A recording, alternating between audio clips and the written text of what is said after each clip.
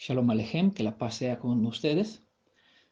Shabbat Shalom, bendiciones de parte del cielo, que sea su Ruaj pendiente de nosotros y sobre nosotros, con todos cuantos amamos las Escrituras y deseamos eh, regresar a recuperar a nuestras fuentes, propias fuentes hebreas, para recuperar nuestra propia herencia. ¿Vale? Así que tanto dentro de las Escrituras, en el Tanaj, en el Brit Hadashah, como también se puede aprovechar en las fuentes de las Escrituras que hay dentro de parte de nuestros hermanos judíos. Hay mucha información que tiene que ver, que edifica sobre las enseñanzas de las Escrituras y es bendición para nosotros tener conocimiento sobre nuestras raíces. Este día pues vamos a hablar sobre Yeshua Adonai, quien es la fuente de nuestra salvación. En otro tiempo más antiguo he presentado un PDF llamado Yeshua, la fuente de sabiduría, ¿no? Entonces vemos que en él hay un potencial, un manantial que nos lleva hacia la vida eterna, pero ese es el destino. Mientras tanto, tenemos que aprender y conocer el potencial que la sabiduría nos ofrece, que nos brindó, y también este potencial de la salvación que está presentado casi en todos los libros de las Escrituras, ¿no? Desde Génesis hasta Apocalipsis, el tema de la salvación hace el propósito, bueno, es la clave, ¿no? La clave que tenemos revelado dentro de la Escritura desde el pecado de Adán, desde cuando se activó este plan de redención. Personalmente agradezco al Padre de Yeshua, quien por su bondad, por su misericordia, nos entregó dicha salvación en Yeshua, que es nuestro Salvador, y sobre él vamos a hablar hoy sobre ciertas prácticas, ciertos detalles que las Escrituras nos ofrecen para conocerlo mucho mejor. Al Padre de Yeshua, pues sea toda la bendición, la gratitud por nuestra parte y a Yeshua por ser dispuesto, porque se dispuso darnos tantas bendiciones por medio de su propia vida. Bueno, sea que su Ruach, el Ruach de Yeshua, es el Espíritu Santo, que es la propia identidad de Yeshua mismo, su naturaleza, esté presente con nosotros, como Él prometió, como hijos suyos, que no nos va a dejar huérfanos, pues que estará con nosotros siempre y cuando 2 a 3 o mucho más no se congrega bajo su nombre. Entonces estamos congregados, reunidos en el nombre de Yeshua para aprovechar la información que las Escrituras nos brinda y él mismo pues nos guía para conocerla.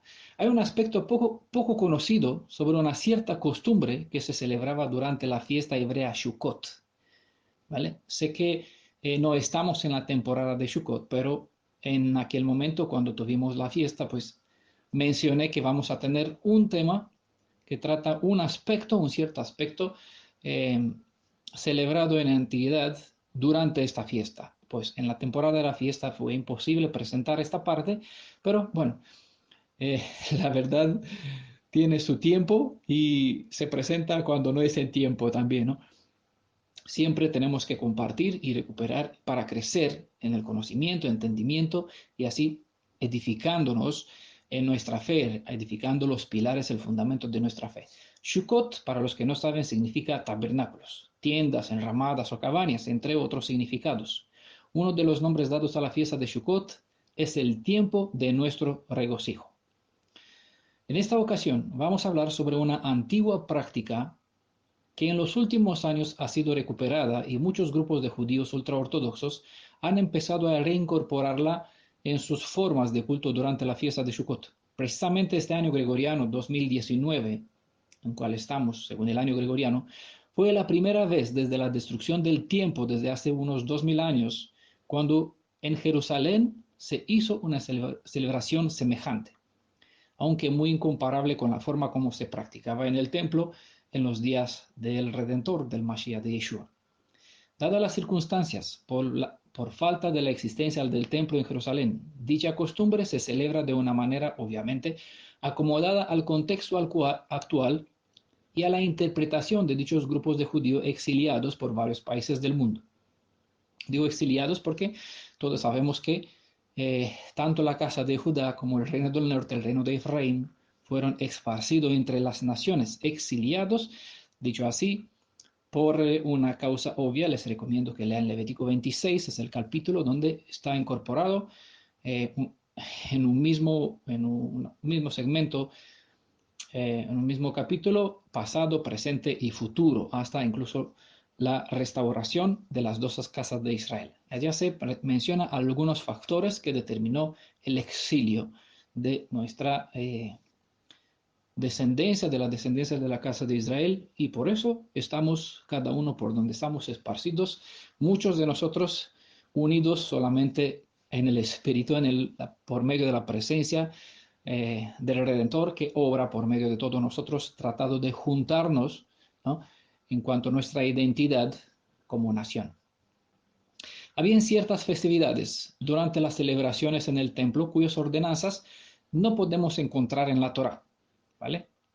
Varias antiguas prácticas las conocemos gracias a los escritos judíos que se resguardaron como un precioso tesoro. Se trata de un ritual que lo llaman o fue llamado la fiesta del agua. Era una práctica que se celebraba en los días intermedios al Moed.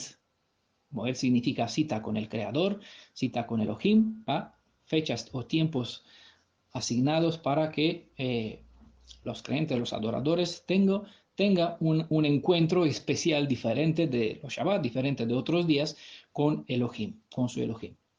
Entonces, había una práctica que se celebraba durante los días de Sukkot, cuando el templo existía en Jerusalén.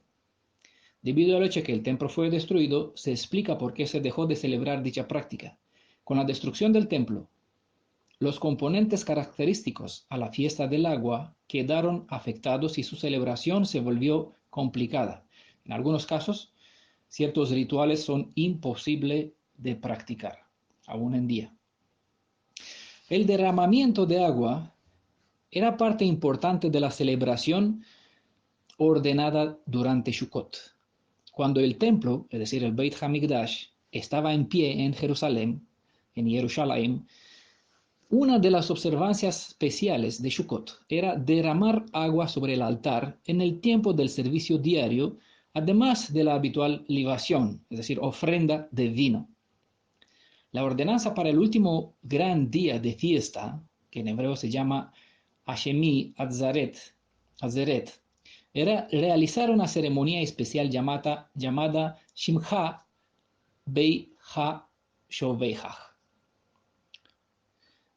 que en español traduce de esta forma: la libación con derramamiento de agua o el regocijo de la casa de la extracción del agua. El regocijo en la casa de la extracción del agua. Shimcha Bei HaShoveach.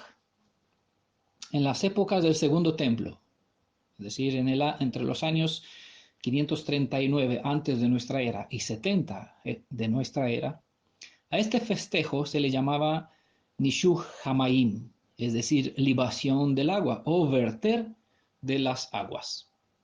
La costumbre en sí y el método o los detalles como se realizaba la festividad son explicados en Mishnah, en su sección llamada Shukah, capítulo 5.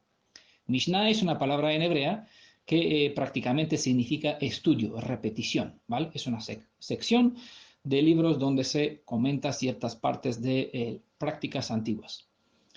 Es un cuerpo exegético de leyes judías compiladas que recoge y consolida la tradición judía desarrollada durante siglos, ¿vale? Eso se resume en esta palabra o en esta sección del libro llamada Mishnah.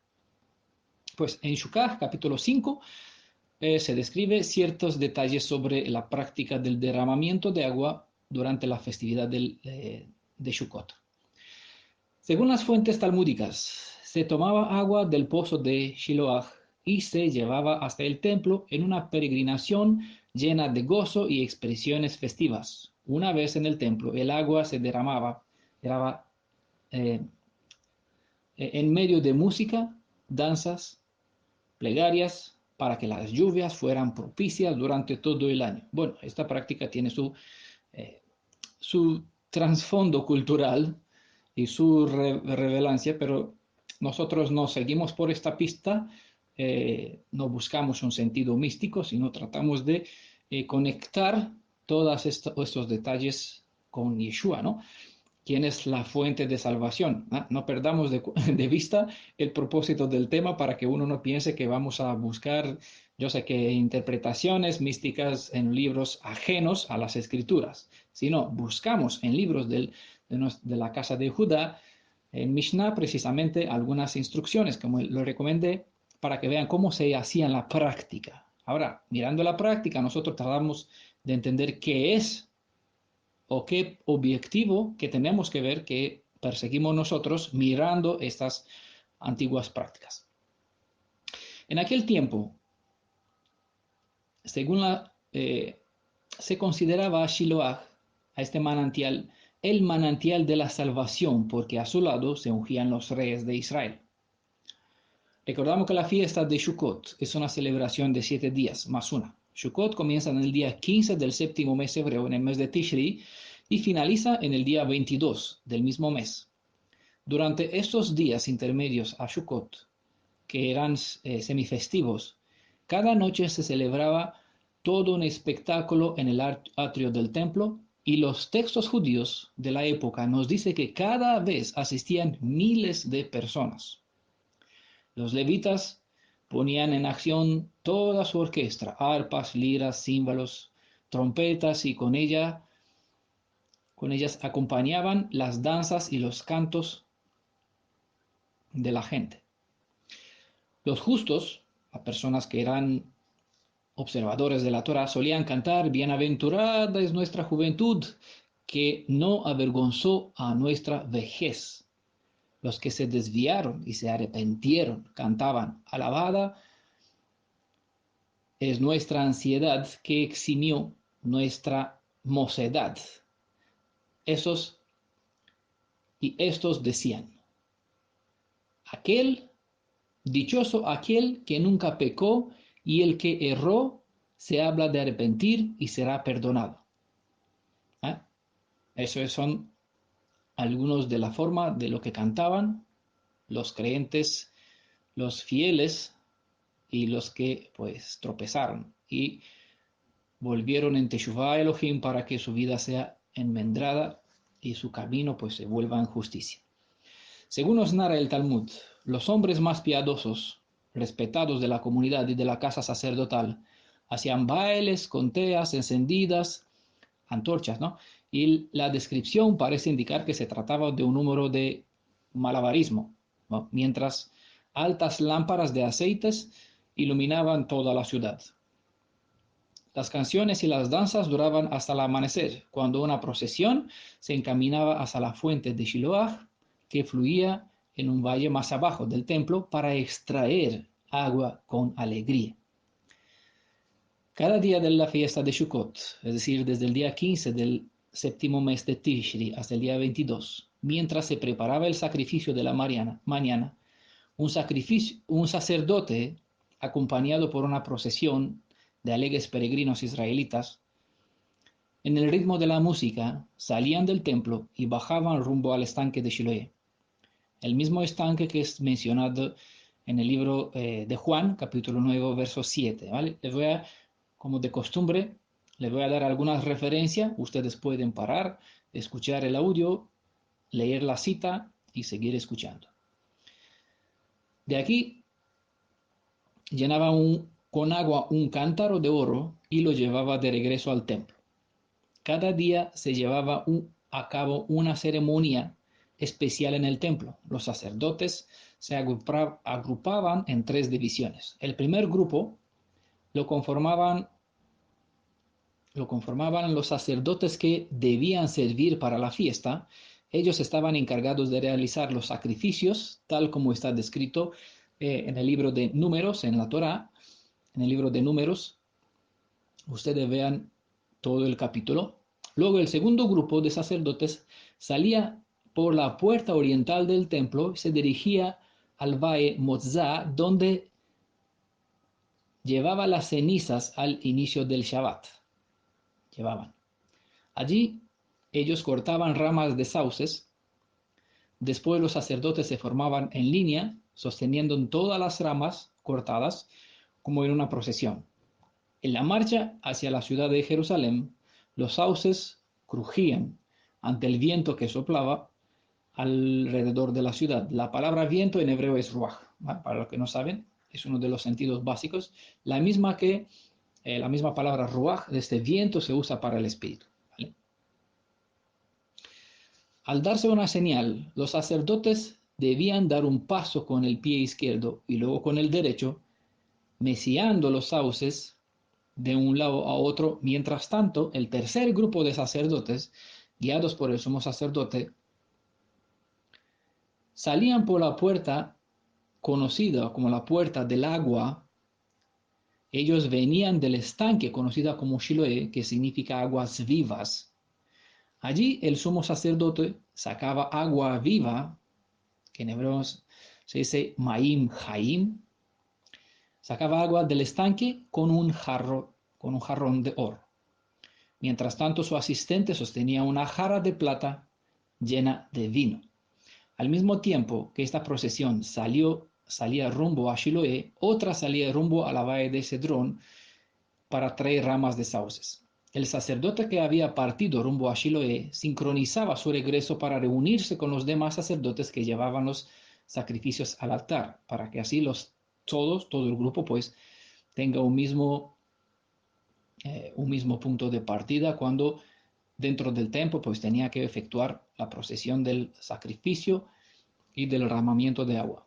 Cuando el sacerdote entraba por la puerta con la procesión, ¿no? Con toda la procesión que estaba con él por la puerta del agua. Es decir, esta era una de las puertas que daba entrada en la ciudad amurallada de Jerusalén, ¿vale?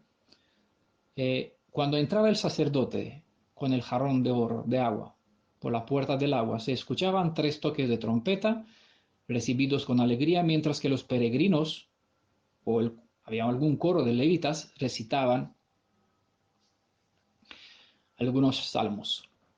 Este portal estaba cerrado con llave a lo largo de todo el año y solía abrirse, y solo se abría en Sukkot, cuando se traía el agua desde Shiloah para la libación, según se cita en Isaías capítulo 12, verso 3, y con gran gozo sacarán ustedes agua de la fuente de la salvación. Más adelante vamos a hablar sobre esta cita. Después de los toques de shofar, un hombre se ponía en pie y tocaba la flauta. El flautista era llamado el traspasado porque la flauta que tocaba era un tubo con perforaciones. Cuando los sacerdotes regresaban del estanque de Shiloé, el flautista guiaba la procesión. Los sacerdotes que portaban las ramas las ataban a los lados del altar, doblándolos para formar un toldo de ramas, ¿eh? Como una cubierta, lo que vieron las típicas bodas judías del pueblo de Israel, las típicas bodas judías, siempre los novios están bajo un toldo, para decir así, y así altar pues tenía una protección, para así decirlo, de estas ramas de sauces. Tan pronto como había sido decorado el altar con esas ramas, se ofrecía el sacrificio matutino, sacrificio continuo que se traía por la mañana y por la tarde, ¿vale? Mientras los levitas cantaban de los salmos 115 al 118, ¿vale? Estos eran los salmos que cantaban los levitas. Tal como lo hacían también en las festividades de Pesaj y Shavuot. Los peregrinos también cantaban de los salmos Osheanu, que significa sálvanos ahora.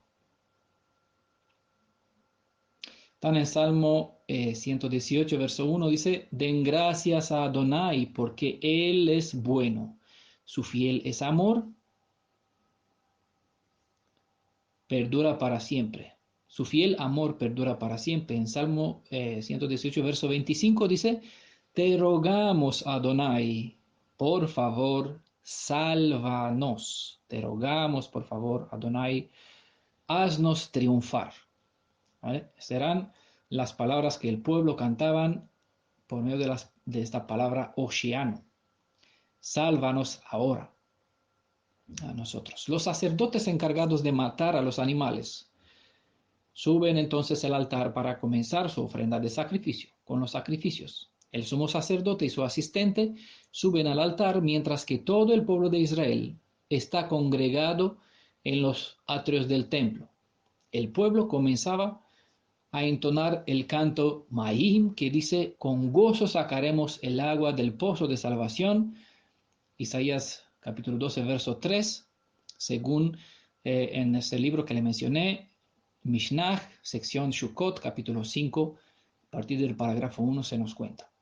Les recomiendo que ustedes busquen para ver más detalles. Yo solamente les voy a hacer una descripción para que, para los que no tienen acceso al libro, puedan visualizar la procesión un poco, ¿no? Hacer un poquito un escenario mental. Un cohen, es decir, un sacerdote, mataba el sacrificio diario, rociaba su sangre y colocaba las partes adecuadas sobre el mishbeach, es decir, sobre el altar. Siempre el sacerdote, mientras el sacerdote subía las escaleras del altar, miembros del sacerdocio lo rodeaban, alabando a Elohim y dándole gracia por su misericordia. El sacerdote toma la jarra y derrama el contenido en una de las esquinas del altar, en el lado sur. El agua era derramada sobre el altar como sacrificio, como ofrenda. En el altar había 2 recipientes, cada uno de los cuales tenía un agujero, ¿no? El agua y el vino se derramaban sobre el altar, fluyendo por unos angosos canales a lo largo del altar, bajaba por las orillas de ambos lados y se une en un mismo riachuelo hasta llegar a un recipiente especial. Al mismo tiempo que los sacerdotes colocan los sauces alrededor del altar, como si fuera una shuka, una vez que se termina el sacrificio, la danza se reanuda hasta que los escautos devotos regresaban a sus carpas para descansar. Cada noche la escena se repite y la anticipación aumenta hasta que llega la víspera del último día, el gran día de fiesta. Recordamos que los días 15 y 22 del séptimo mes son días de santa convocación, Yom Tov, días altas, ¿no?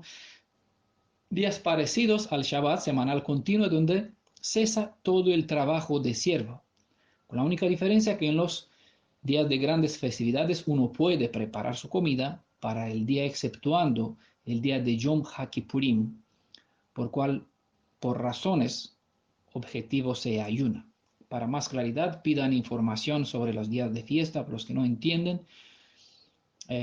Tenemos a nuestra disposición demasiado material sobre las prácticas y el significado de las festividades. Debido a la gran cantidad de antorchas encendidas, el templo parecía brillar más que nunca. Los cánticos parecen ser más bellos y las danzas parecen ser más enérgicas. Ramas frescas de sauces adornaban el altar y el aroma del incienso llenaba el aire, ¿no? Nuevamente en la madrugada del último día, el sonido del shofar indicaba que es tiempo de seguir tras el sacerdote al estanque del agua. Sin embargo, el octavo día era especial. Era el punto máximo de la celebración y a ese día se le llamaba el Gran Hosaná, en hebreo Hosaná Rabá. En ese tiempo, en ese último día, los sacerdotes daban 7 vueltas al altar, no solo una, y con cada vuelta las multitudes gritaban aún más fuerte su petición de salvación hacia Elohim. Cánticos y danzas nuevamente acompañaban la procesión de regreso por la puerta del agua hasta el altar. Una vez más el sacerdote sube los escalones, pero esta vez los demás sacerdotes dan vueltas al altar no solo una vez, sino 7 veces recitando unos salmos y alabando a Elohim. Mientras los peregrinos cantaban a coro los salmos 115, 118, y los sacerdotes sacudían sus hojas de palma, de ramas, de lulav y de mirto, y ramas de sauces, todo atado en un manojo hacia el altar, el sacerdote con el cántaro de oro subía los escalones hacia el altar, junto con otro sacerdote que llevaba un cántaro de plata con vino para la ofrenda líquida. En esta ocasión el agua solamente se derramaba por un lado del altar, mientras que una jarra de vino es vaciada por la otra esquina. Ambos líquidos bajan por las orillas del altar, y repentinamente un silencio sobrecoge a la congregación. Los cánticos se detienen y la música es silenciada mientras todos se detienen en expectativa para que el sacrificio sea aceptable. Tanto el agua como el vino deben alcanzar el punto de convergencia a la misma vez, mezclándose el líquido y luego bajando por el canal hasta llegar al receptáculo al pie del altar. Es como si todo Israel aguantara la respiración mientras espera ver si este sacrificio, la libación del agua, se realiza como esperado. Cuando así lo hace, se eleva un grito de gozo por todo el atrio del templo y comienzan de nuevo las danzas. En otras palabras, se trataba de un hermoso espectáculo en el mejor de los sentidos, y el clima del júbilo era tan grande que se cuenta, la Mishnah nos cuenta en el Tratado de Shuka que aquel que no viola el regocijo de Shimhat Beit Hashoeva nunca ha visto el verdadero regocijo de su vida, ¿vale? Es lo que se expresa a través de los escritos que tenemos. La celebración era atendida por miles de personas, la mayoría de ellos peregrinos que viajaban a Jerusalén en estas épocas especiales, en Pesach, en Shavuot, es decir, en la fiesta de las semanas, y también en Sukkot, que eran conocidas como las fiestas de peregrinación al templo y se respetaban según las ordenanzas que están en Deuteronomios capítulo 16, verso 16 también. Todo esto nos determina a reflexionar sobre un tema que no suele mencionarse sobre la festividad de Sukkot. Precisamente durante una ocasión, en la festividad de Sukkot, el Mashiach reveló su majestuosa identidad como el único redentor de Israel y también mandó un mensaje para todo el resto del mundo. ¿Vale? Con esa descripción vamos a ver qué relación tiene esta antigua ceremonia hebrea, la de verter el agua y el vino, como la iluminación especial en el templo durante la festividad. Bueno, todos los detalles que hay allá, hemos visto con Yeshua. ¿Qué tiene que ver todos esos detalles con Yeshua? Leamos nuestra principal cita del Tanaj, la misma que dio título a esta presentación. Como lo mencioné, está en el libro de Isaías, capítulo 12. Vamos a leer de verso 1 al 6. Vamos a hacer una lectura rápida. Después comentamos. Aquel día dirás: yo te doy gracias, Adonai, porque estabas irritado contra mí, pero tu cólera ha amainado y me has consolado. Elohim es mi salvador. Confío en él. No temo, porque mi fuerza y mi júbilo es Adonai. Él es mi salvación. Sacaréis agua con alegría de la fuente de la salvación. Y diréis aquel día: dad gracias a Adonai. Invocad su nombre, proclamad sus proezas entre las naciones, repetid que su nombre es sublime, cantad a Adonai porque ha hecho maravillas, toda la tierra lo conozca. Exulta, grita de júbilo, habitantes de Sión, pues grande es en ti el Santo de Israel. Bueno, la palabra que aquí está en nuestra cita principal, la cita que dio origen a nuestro estudio, la fuente de la salvación, ¿vale? La palabra hebrea traducida con fuente es Mayan. Mayeno, aparece esta palabra en forma femenina en Salmo 114, verso 8. Mayana, también como denominativo en sentido de brotar, figurativamente significa fuente de satisfacción. ¿Vale? Si regresamos en los días de Moisés, cuando Adonai manifestó su brazo derecho en la liberación del pueblo hebreo mientras éste yacía bajo el yugo de la esclavitud egipcia, encontramos un precedente en el canto de Moisés y del pueblo. Dice en Éxodo capítulo 15, versos 2 y 3, Yah es mi fuerza y mi canto, y Él se ha manifestado en mi salvación. Él se ha convertido en mi salvación. Adonai es mi fuerza y mi canto. Bueno, aparece el diminutivo, la forma corta de Yod-He-Vav-He, de las 4 consonantes, solamente Yod-He. Es la fuerza y mi canto, ¿vale? Las dos letras vienen de una raíz que, que es la misma usada en Ejiej, Asher Ejiej, que denota existencia, fuerza, fuente en sí mismo de vida, ¿vale? Es una palabra con un sentido continuo, no es algo al presente, sino continuo, ¿no? De aquí, esta palabra Ejiej se ha convertido en Yod He Vav Hei, que incorporan los tres verbos, pasado, presente y futuro, ¿vale? Yaj es la forma abreviada, pero expresa en la parte concreta, para decir más concentrada, la esencia, no del mismo ser. Revela lo mismo, solo que en una palabra más abreviada, Yod-Hei. Yah es mi fuerza y mi canto, y Él se ha convertido en mi salvación. Eso es bastante relevante. Este es mi Elohim, yo lo glorificaré. El Elohim de mi Padre, yo lo exaltaré. Adonai es mi guerrero. Adonai es su nombre. Bueno, nosotros ya conocemos cuál es el nombre, sobre todo los nombres. Sabemos que las 4 letras no son un nombre, es un apelativo, y que Él se manifestó a través de muchos nombres, títulos que en realidad todos son atributos que expresa parte de su obra, de su ser, de su carácter, de su propósito, de su deseo, de su el amor y la justicia, ¿no?, que tiene para su pueblo. Por eso cuando hablamos de un nombre, no, muchas personas tratan de ver en Yod He Vav He, en estas 4 letras, un mero nombre, no, un nombre.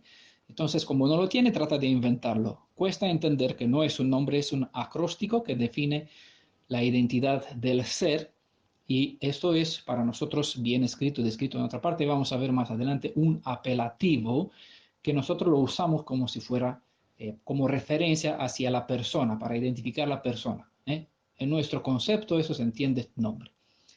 A ese mismísimo Salvador vamos viéndolo manifestarse una vez más para librar a sus redimidos de todas partes donde están exiliados como esclavos entre las naciones. Ellos cantarán un cántico nuevo, pero parecido al de Moisés, ¿vale? Creo que todos conocen la cita en Apocalipsis 14, verso 3, donde se habla de el nuevo canto que vamos a cantar, el canto de nuestra experiencia.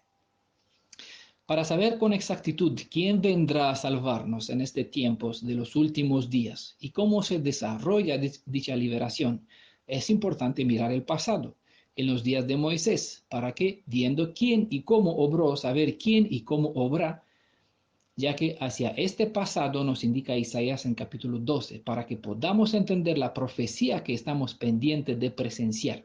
¿Ah? Siempre al revés de como nosotros pensamos, nosotros miramos hacia adelante, pues el pueblo de Israel está guiado siempre a ir hacia el futuro de espalda, mirando con la cara hacia el pasado. Es decir, hasta aquí, mirando como Elohim nos guió hasta el presente, pues si estamos seguros y convencidos y si vemos su bendición hasta ahora, no tenemos por qué tener del futuro, ¿vale? Hasta aquí Elohim estuvo con nosotros. Entonces, ¿qué me puede preocupar el futuro? Por esa razón, todas las escrituras siempre va al revés de nuestro sentido de escritura, va al revés, de derecha a izquierda, porque yo tengo que mirar desde el futuro hacia derecha, donde vamos, en adelante, hacia el pasado. Mirando el pasado, entendemos siempre lo que está por venir. Hay una serie de profecías entrelazadas que nos revelan el momento en cual aquel día ya no será más profecía, sino realidad. ¿Vale? ¿Por qué he dicho aquel día? Porque en Isaías capítulo 12, verso 1 comienza aquel día. Bueno, vamos a volver a eso.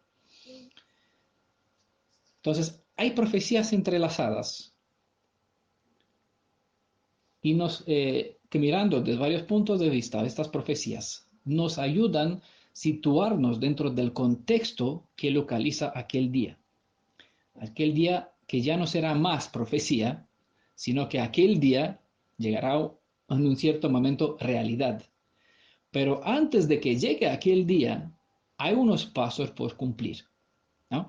Así vemos en Isaías 45, verso 22 al 25, donde dice, bueno, yo lo voy a leer solo una partecita. Isaías 45, verso 22 al 25, por favor, léanlo ustedes, la cita integral, donde dice, volveos a mí y seréis salvos, confines todos de la tierra, porque yo soy Elohim, no existe ningún otro, ¿vale? Obviamente los demás que hay por el mundo, Krishna que está de los indios, que es el Mesías de ellos, Thor que está el Mesías del norte, Júpiter que está el de los romanos, Cristo que es el Mesías de los cristianos, Maitreya que está de los Illuminati, Mahdi que está del Islam, ¿no? Todos esperan a su Mesías, hay muchos por el mundo. Elohim dice, hablando al pueblo de Israel, yo soy Elohim. Ninguno de esos, en otras palabras, son mitos deificados, falsos mesías o falsos mashiach. Además, él mismo juró por su nombre. Pueden ver en esta cita, Isaías 45, es una cita relevante, digna para presentarla como textos comparados, para presentar una y otra vez, una vez más, que el Elohim de Israel es Yeshua. Además, él mismo juró por su nombre, una forma para decir sobre su propia existencia, ¿vale? Ya que el nombre hebreo no es un nombre en sí, sino, es decir, no solamente se refiere a un mero nombre como nosotros entendemos, sino que describe la esencia del propio ser. Por eso, cuando él juró por su nombre, prácticamente puso en juego todo lo que se puede resumir sobre su propia existencia, es decir, el juramento supremo. Y él juró que ante él se doblará las rodillas de todos y todos reconocerá que solo él es nuestra justicia. ¿Vale? Un título excelente que los que están en la comunidad, mi Redentor es Yeshua. Algunos recuerdan que tuvimos una serie de títulos, nombres y apelativos del Elohim de Israel. Cada uno expresa cierta parte de su ser. Y también en esta cita, Isaías 45, se nos describe que serán avergonzados todos cuantos se levantarán contra él. ¿Vale? Hay bastantes citas aquí para probar que todos esos detalles, al estudiar la vida de Yeshua, cada uno de esos detalles lo identifican por excelencias. Isaías capítulo 12 nos dice que Adonai es nuestro Salvador. Y obviamente no hay dos salvadores, como bien hemos estudiado. Quien piensa diferente debería preguntarse quién es aquel que nació en Belén, a quien los ángeles celestiales cantaban alabanzas, sobre quien Gabriel, uno de los más poderosos mensajeros celestiales, afirmó que es el Salvador. También la cita nos indica que Él es la salvación. Y eso porque obviamente es la fuente de donde vamos a sacar nuestra propia salvación. Sacar agua de los manantiales de salvación significa claramente aprovechar, echar mano de algo que está allí, a nuestra disposición de manera continua y fiel como un manantial. Las siguientes palabras son reveladoras, pero vamos a leer de nuevo la cita. Aquel día, ¿no? Llegará un momento, porque aquí es la clave, donde llega un contexto, un cierto momento en el espacio, en el tiempo, en cual dirás, yo te doy gracias Adonai, porque estabas irritado contra mí. Bueno, para que una persona entienda cuando Elohim se irritó contra quién, pues obviamente tiene que conocer bien el Tanaj. Pero tu cólera ha amainado y me has consolado, ¿vale? En la serie Profecías al Día que tenemos en nuestro canal de YouTube, hemos hablado incluso sobre Isaías 50, no recuerdo exactamente, 51, donde habla consuele a Jerusalén, ¿vale? Y también hemos visto sobre el sentido de la palabra consolador, comfort, como dice en inglés, ven dentro del fuerte, ¿no? Es una invitación, esta palabra, este sentido, me has consolado, prácticamente es una invitación para entrar dentro, para tener intimidad con Él y así conociéndolo, tener seguridad. Elohim es mi Salvador, ¿vale? Ya todo el mundo sabe que estas palabras, hablando de Elohim en el Tanaj, siempre se refiere al que se reveló a Moisés diciendo, Ejiech Asher Ejiech, seré el que seré, ¿no? Existo. Elohim es mi Salvador, confío en Él, no temo porque mi fuerza y mi júbilo es Adonai. Él es mi salvación. ¿Vale? Entonces, partiendo de aquí, entendemos bien claro que el Elohim que liberó al pueblo de Israel de Egipto, el mismo Elohim que vimos en la serie de textos comparados, comparando el Tanaj con Brit Hadashah, el mismo Elohim dijo sobre el mismo, no hay otro desde que te saqué de la tierra de Egipto, no conociste otro Elohim, no hay otro que te pueda salvar, ¿vale? Entonces entendamos que en él también vimos en otra serie de capítulos profecías, textos comparados, perdón, esa serie de 12 presentaciones en PDF, son 16 horas en audio en nuestro canal de YouTube. Este mismo Elohim dijo que tiene la redención, hay muchísima redención en él redimirá a Israel, ¿vale? Por eso, Él es mi Salvador, hablando de Israel, dice, Elohim, Adonai es mi Salvador, Elohim de mis padres, Él es mi salvación. Sacaréis agua con alegría de la fuente de la salvación. ¿Vale? Vamos a ver quién es ese Elohim, que es fuente de salvación, que es el Salvador. A partir del verso 4, las siguientes palabras son reveladoras. En Isaías capítulo 12, verso 4 dice, y diréis aquel día, ojo, aquel día, dad gracias a Adonai. ¿Por qué? Bueno, porque de él sacamos la fuente de salvación, ¿no? Invocad su nombre. Pues obviamente para que una persona pueda invocar su nombre, primeramente tiene que conocerlo, porque el nombre describe la identidad del ser en sí mismo. No es un nombre como es Daniel, sino tiene que entender que este nombre Daniel tiene un trasfondo, un significado mucho más profundo que en latín, y el nombre Daniel expresa la identidad de la fe del portador de este nombre. ¿Vale? Por ejemplo, ¿no? Elohim es mi salvador, mi juez, perdón, mi juez. Dan es juez. Él es el abreviado de Elohim. En este caso, Elohim es mi juez, mi defensor, el que respalda, que defiende, quien me defiende, mi abogado. Es lo que transmite mi nombre, ¿no? Mi nombre es Daniel Udreka.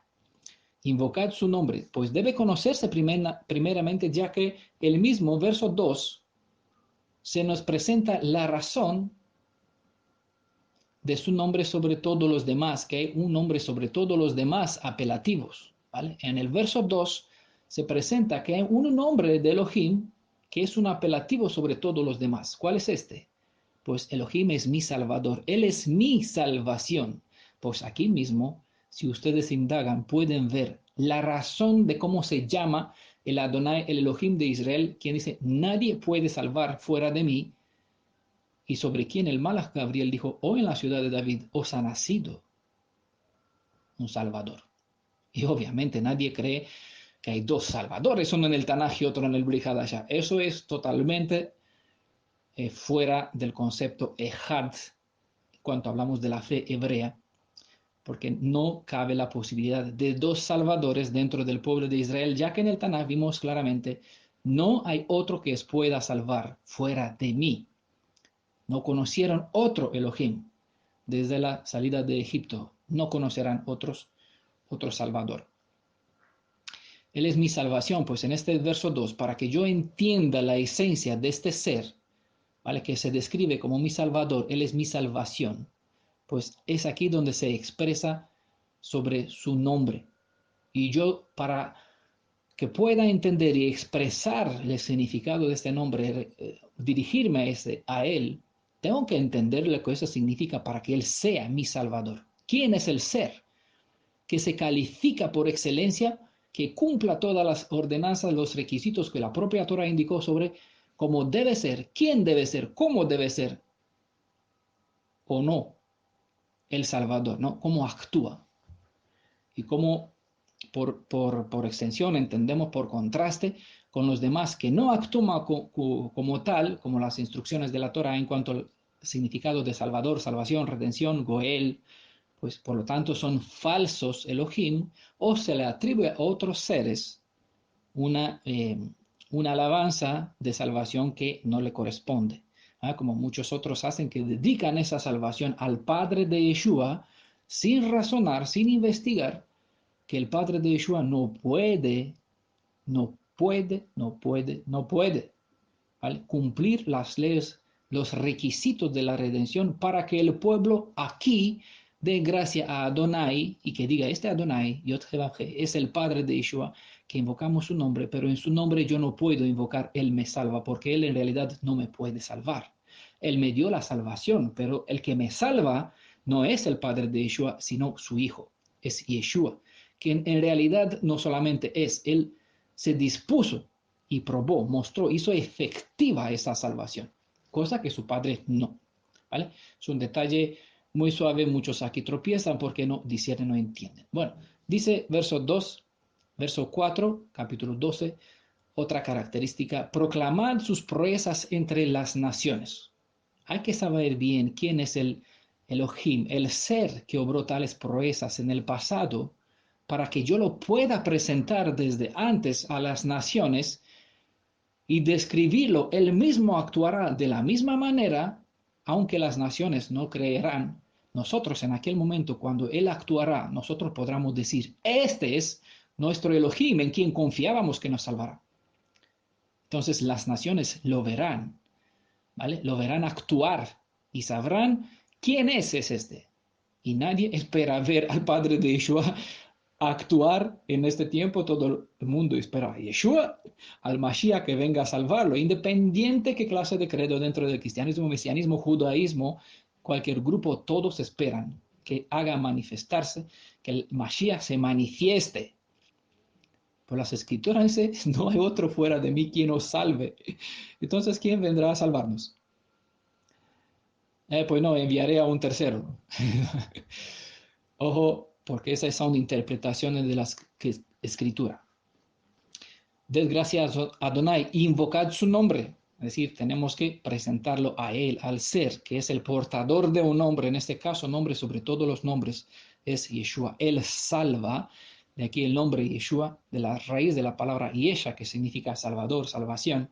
De esa raíz, a esa raíz simplemente se incorporó una cuarta consonante, que es la consonante Vav, clavo, para que me indique en quién tengo que fijar mis ojos, en quién fue traspasado, ¿no? Y a este traspasado, a este Vav, es el que la verdad tiene la salvación en él mismo. Él es el Salvador, cuyo nombre de salvación tengo que invocarlo, porque todo el que invocará su nombre se salvará, dicen las profecías. Todos los que invocaron el nombre de Yeshua en la destrucción de Jerusalén, en el año 70, salvaron sus vidas. Lo mismo sucederá en el presente, y por lástima, muchas personas que invocan un otro nombre ajeno que no es el nombre de Yeshua, nombres en cuales no hay salvación, no encontrarán salvación. Seguimos. Repetid que su nombre es sublime. Proclamad sus proezas entre las naciones. Repetid que su nombre es sublime. Un nombre sobre todos los demás nombres, Yeshua, nombre hebreo que significa Él salva. No es la salvación de, sino Él salva. Muchas personas confunden el nombre Yeshua con la palabra Yeshuach, ¿no? Se escriben igualmente, solamente que la palabra Yeshua acaba en H, tiene un Hei al final. El nombre de Yeshua tiene 4 letras. Yod, Shin, Vav, Ayin. La palabra, la salvación de, para hablar sobre la salvación de, contiene 5 letras. Yod, Shin, Vav, Ayin, Hei, al final. Porque es la salvación de Adonai, precisamente, que pueda darle por medio de un tercero.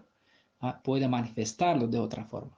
Pero el nombre Yeshua tiene 4 letras, Yod, Shin, Vav, Ayin, que significa Él salva, porque la salvación está en Él mismo. De aquí la razón que Gabriel indicó a Miriam, y lo llamarás Yeshua, ¿porque qué? Porque Él salvará a su pueblo de sus pecados. ¿Vale? Verso 5, Isaías 12, continúa otros característicos, detalles. Cantad a Adonai porque ha hecho maravillas. Para cantarle hay que conocerlo, ya que si no cantaran sino cantarán a otro ser, quien no hizo en realidad tales proezas. ¿Vale? Toda la tierra lo conozca, pues si un pueblo no lo conoce, ¿cómo se supone que lo presentará a las demás naciones? ¿Cómo se supone que vamos a hablar sobre nuestro Padre que no sabemos quién es? Lo confundimos o confundimos a nuestro Padre con el Padre de nuestro Padre. Es decir, confundimos al Padre de Yeshua con Yeshua, que es nuestro Padre.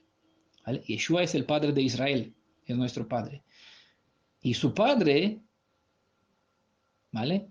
A Él tenemos que conocerlo.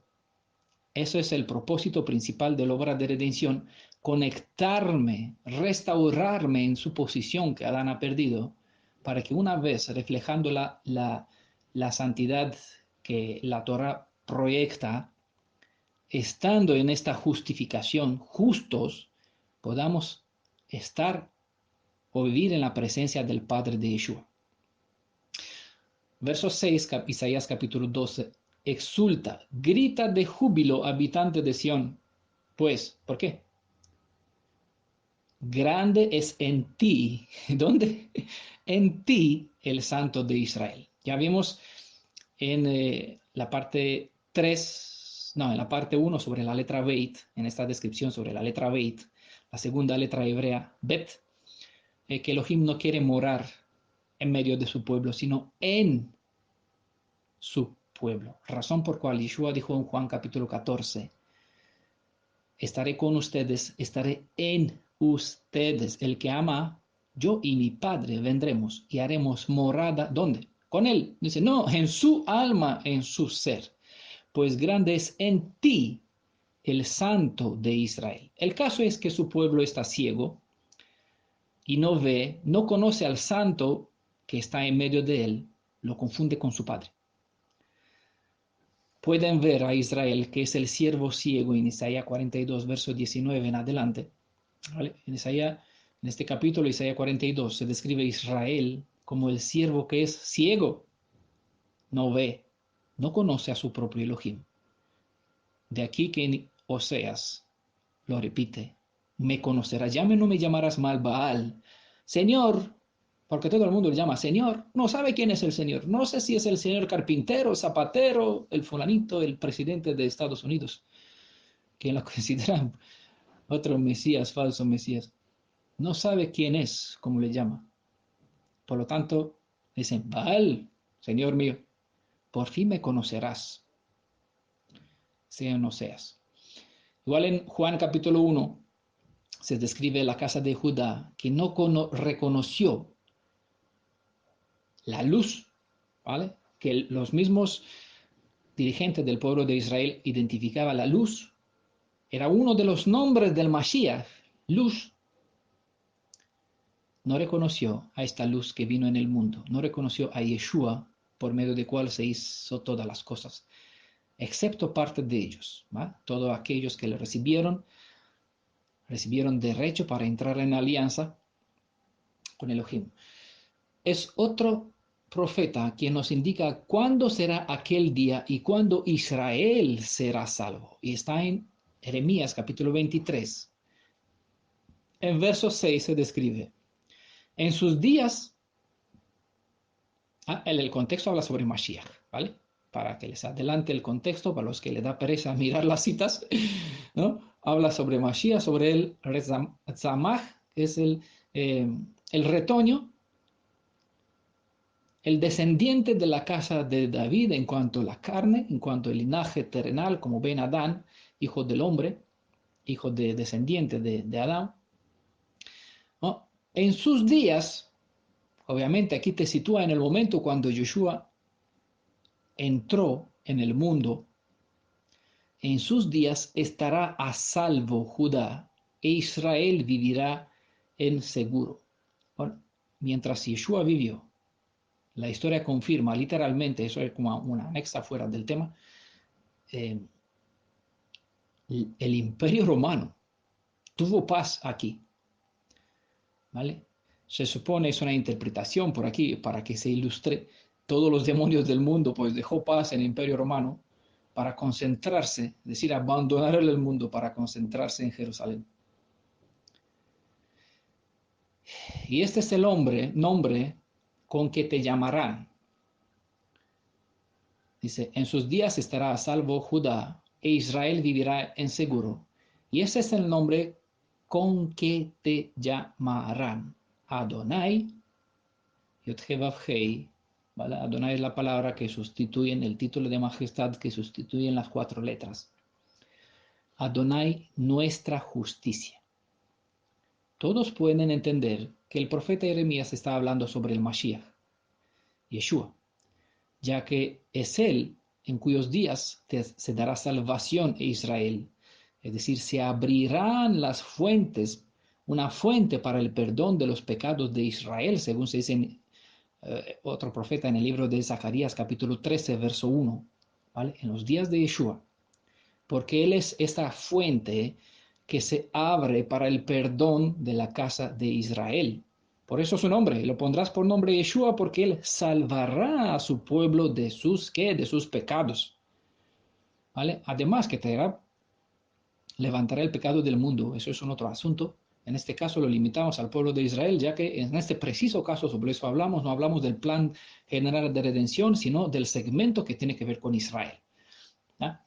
Evidentemente que no hay dos Adonai, no hay dos Yod-Heh-Vav-Hei, uno mayor, otro menor, bueno, como invenciones que circulan por el mundo, cuyos nombres sean nuestra justicia, Adonai Zidekeinu, ¿no? Yod-Heh-Vav-Hei, las 4 consonantes, Zidekeinu, quién será, quién fue, quién es, nuestra justicia. Pero cuesta tanto ver que Yeshua es Adonai y con razón es llamado nuestra justicia, ya que solo Él nos puede justificar por medio de la fe en Él mediante su sangre, ¿vale? Cosa que su Padre no puede justificarnos, porque Él no puede ser nuestro Goel y su sangre no puede ni lavarnos ni sellarnos, porque el Padre de Yeshua no puede derramar su sangre.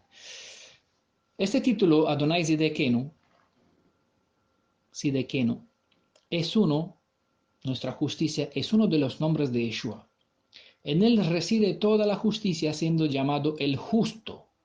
Además, se le dio toda autoridad, tanto para juzgar al ejército de los cielos como en la tierra. Es suyo el gran trono blanco del juez supremo de toda la tierra, descrito en Apocalipsis 20. Al igual que con Adonai Mehakedesh, es Elohim únicamente quien provee la justificación para el hombre, ¿vale? Él es nuestra justicia y Él es quien nos justifica. Yeshua es quien ha sido o se hizo pecado, mejor dicho, ¿no? Más correcto, ¿no? Yeshua es quien se hizo pecado por nosotros para que nosotros fuésemos justificados en él ante su Padre. Vean por favor Segunda de Crónicas, capítulo 5, verso 21, y precisamente lo que está descrito en la fiesta de Yom HaKippurim, por medio del chivo que cargó nuestros pecados. ¿Vale? Hay 2 chivos, uno que hizo expiación y otro que cargó sobre los pecados. Ese chivo no tiene nada que ver con el diablo, porque el plan de redención no tiene un proyecto para el diablo. ¿Vale? Los 2 chivos son representaciones de Yeshua. Bueno, amigos, amigas, hermanos, hermanas, ¿quién es el santo que estaba en Israel? El santo de Israel, que estaba en medio de ti. Pues grande es en ti el santo de Israel. Pues obviamente, para que uno pueda gritar de júbilo, habitante de Sión, exulta, grita de júbilo, es saber, conocer quién es el santo de Israel, tanto manifestado en el Tanaj como en el Brit, en medio de ti para que tú puedes cantarle con tanto poder de pasión que el alma puede exultar, ¿no? Multitud perecen por no saber quién es el santo de Israel, y al confundirlo con su Padre, no lograrán acceder a este manantial de la salvación. Damos todo el honor, personalmente doy todo el honor a nuestro Elohim, porque nos bendijo con el conocimiento sobre la identidad del Adonai que salvó en el pasado, salvará al remanente de su pueblo en nuestros días. Verán cómo el Ruach nos reveló quién es la fuente de la salvación, salvación de cual gozó el pueblo hebreo en el pasado y disfrutará también en el presente. Es importante mencionar, aunque no será nuestro tema, que la salvación tiene dos procesos. La salvación de la esclavitud del pecado, ¿vale? Es una sección de investigación bastante buena para entenderlo. Y la segunda parte, que tiene que ver con el tema de la salvación, trata la salvación de debajo del poder del opresor, del hombre. Las dos obras las realizan una y la misma persona, el que es el Goel, el Salvador. ¿Vale? Salvación del pecado y salvación. Nosotros estamos esperando, toda la descendencia de Israel, una clase de salvación que tiene que ver con nuestro exilio. ¿Vale? Fuimos castigados, exiliados entre naciones, esperamos el día de la redención, Yom HaGeulah, este día que el Goel, ¿vale? Que el Redentor puede dar, el día cuando seremos restituidos en nuestra tierra y nuestras propiedades nos serán restituidas. ¿Vale? Eso es una liberación física. Elohim liberó en ese sentido al pueblo de Israel de Egipto. Y el mismo que liberó en ese sentido físico al pueblo de Israel de Egipto, prometió una vez más, lo hará de la misma manera, y el mismo quien nos salvó, quien se manifestó, quien obró, quien dijo Aleph, Tav, obró por medio de las langostas, de las plagas, Aleph, Tav, comió la hierba, Aleph, Tav, mandó la grindina, Aleph, Tav, hizo el agua roja, no Moisés, Moisés fue un medio, él usa medios, pero el que hizo todas estas proezas fue el mismo Elohim que dice, obraré de la misma. No conocerás otro desde la salida de Egipto. No conocerás otro Salvador. El mismo obrará. ¿Vale? Y lo vamos a ver, vamos a presenciar su despliegue de poder.